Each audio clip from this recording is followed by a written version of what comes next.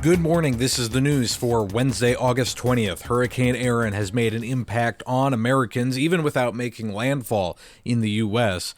The center of Erin moved between the U.S. East Coast and Bermuda last night, with high surf and rip currents expected from Massachusetts to the Carolinas. Some residents in the Mid-Atlantic have evacuated, including along parts of North Carolina's Outer Banks, which is under a coastal flooding threat. Erin will be closest to the Outer Banks this morning. President Trump says he, quote, sort of set up a meeting with Ukrainian President Zelenskyy and Russian President Vladimir Putin.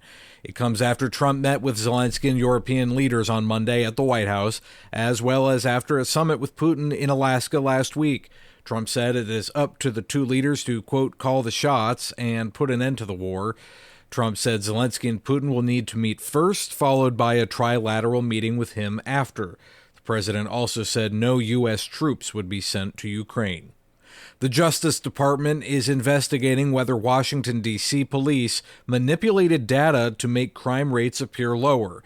Chairman of the D.C. Police Union, Greg Pemberton, claims officers are told by their superiors to report crimes as lesser offenses. Inevitably, you'll have a captain or a commander or sometimes a lieutenant show up on the scene and advise them to take a report for a lesser offense. Two senior law enforcement officials confirmed the investigation to NBC News and shared that it is being run out of the Office of the U.S. Attorney for D.C. Mayor Muriel Bowser has previously pointed to D.C. police data indicating that violent crime has decreased 26% compared to last year to argue that Trump's federal takeover of the city is unnecessary.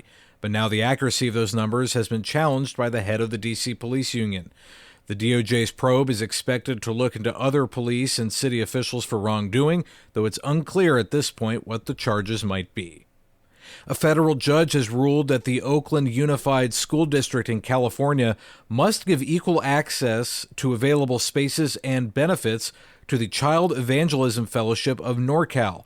That's a Christian children's club. The judge also noted the district's restrictions on the club amounted to viewpoint discrimination. The prices of some popular weight loss drugs are being slashed for cash-paying patients. Sarah Lee Kessler reports.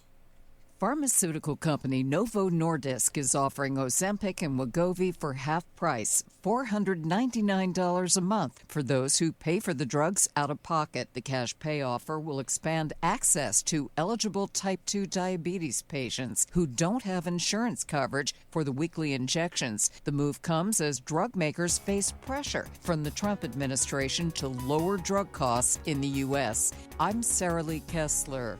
And I'm Matthew Handley.